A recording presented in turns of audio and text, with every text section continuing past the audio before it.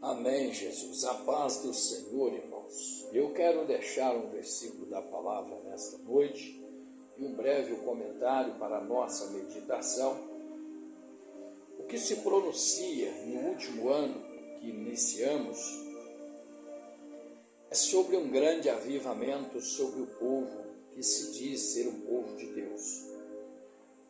O que se diz nos últimos dias é sobre a profecia de Joel, no capítulo 2 e no verso 28. Eu, Senhor, derramarei do meu espírito sobre toda a carne. Então nós vemos que essa profecia, ela foi profetizada pelo profeta Joel, e essa profecia ela há de se cumprir, porque toda a palavra de Deus, ela vai se cumprir.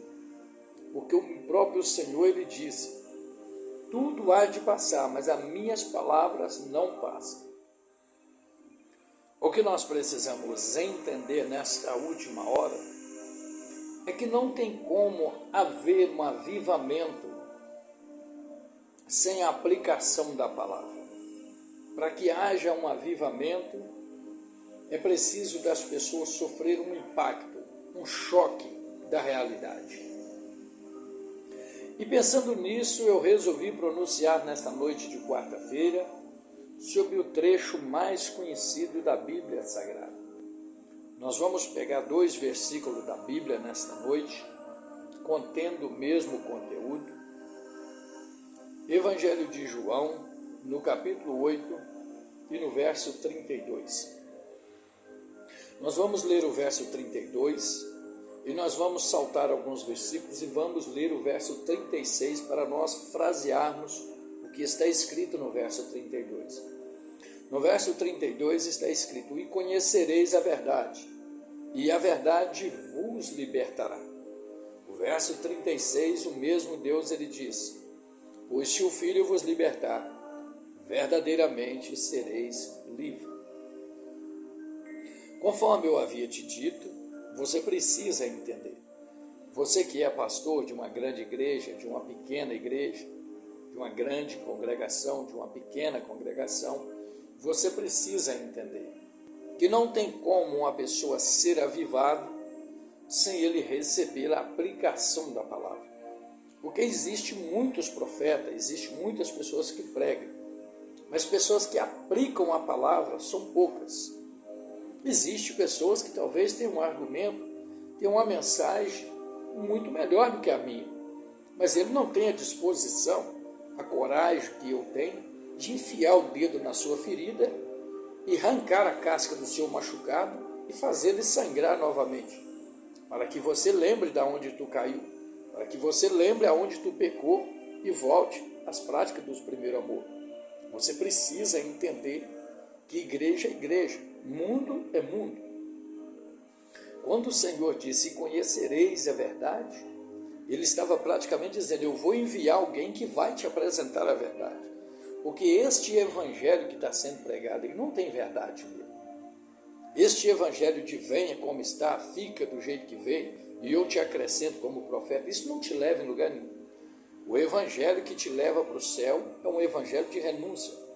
Se tem alguém que passa a mão por cima do seu pecado e fala: não, fica quietinho desse jeito aí, nós estamos vivendo no tempo da graça, Deus é amor, esse evangelho é mentiroso, este evangelho é enganoso, este evangelho te leva para qualquer lugar, mas para o céu ele não te leva. O evangelho que te leva para o céu é o evangelho que eu vou te apresentar nesta noite. Se Jesus Cristo, o Filho de Deus, o verso reto, te libertar, você alcança a misericórdia. Por quê, irmão Nilson? Porque se Jesus te libertar, se você adulterava, você não adultera mais. Se você mentia, você não mente mais. Se você roubava, você não rouba mais. Se você fornicava, você não fornica mais. Se você andava como uma lésbica, você não vai querer mandar mais no lesbianismo. Se você andava na prática do homem sexual, você não vai querer andar mais. E daí por diante, a verdade foi te apresentada. Todas as vezes que você for confrontado pela palavra, você vai lembrar do Filho de Deus, que se ele te libertar, verdadeiramente você será livre. Não pode você entrar dentro de uma igreja e ficar dentro dela 2 horas de culto, e você ter um culto morno, e você se conformar com isso, aceitar essas coisas. Você não pode aceitar isso. O verdadeiro servo de Deus, quando ele passa da porta do templo para dentro, ele não aceita baderna, ele não aceita brinquedo dentro da igreja, ele não aceita crente ficar com a boca fechada. Ele próprio ele vai glorificar e as pessoas vão sentir: esse cara é liberto, esse cara é diferente, esta mulher é diferente, este homem é diferente. Você não pode. A Bíblia diz em Romanos, no capítulo 12, no verso 2: e não vos conformeis com este mundo, mas transformai-vos pela renovação do vosso entendimento, para que possais experimentar qual seja a agradável, a boa, a perfeita vontade de Deus. Ou seja, se você é liberto, se você é um cristão lavado e remido, você não concorda com o que o mundo faz. Você não concorda com a podridão que Satanás tem tentado trazer para dentro das igrejas. Todas essas igrejas que você chegar e eles estão ali com aquele culto frio, achando que está cultuando a Deus, você pode saber: pecado escondido. Pessoas que não são libertas. Tem pessoas que não gostam, que falam o que eu vou te dizer nesta noite, que a igreja está cheia de pessoas possessas. E tá. Essas pessoas que ficam dentro da igreja assim, ó, parecendo um réu, não abre a boca para nada. Quando abre a boca é para falar da vida dos outros. Irmão, você vai para a igreja, só tem 2 pessoas que tem que ser citadas: Jesus Cristo e Satanás. Jesus Cristo é o principal e Satanás é a demanda da igreja. Satanás é o disse e não disse da igreja. O questionamento da igreja é o diabo. Porque a Bíblia diz em 1 Pedro, no capítulo 5 e no verso 8: sede sóbrio e vigiai, porque o diabo, o vosso adversário, anda ao derredor, como um leão que ruge, buscando a quem possa devorar. Então, o diabo ele anda 24 horas pelejando contra os eleitos de Deus. E se você não segurar, se você não estiver firme nas mãos de Deus, o diabo vai te induzir com a mentira, com o engano. Hoje está muito difícil haver um avivamento na igreja brasileira. Muito difícil. Tanto é que o avivamento vai acontecer e o povo não vai perceber. Porque o avivamento não será para todos. O avivamento será para aqueles que estiverem na posição.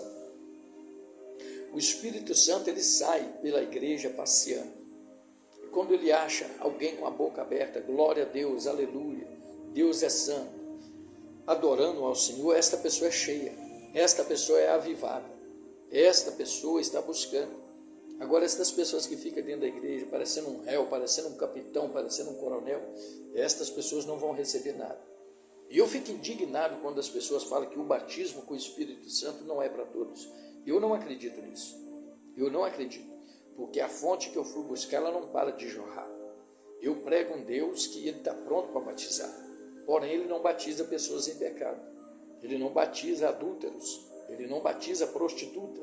Ele não batiza fornicadores. Você precisa entender isso. Ah, nós servimos o mesmo Deus. Não, o Deus que eu sirvo é diferente. O Deus que eu sirvo, ele é santo. E ele importa com que adora o adora. Em espírito e em verdade. E toda a retidão possível.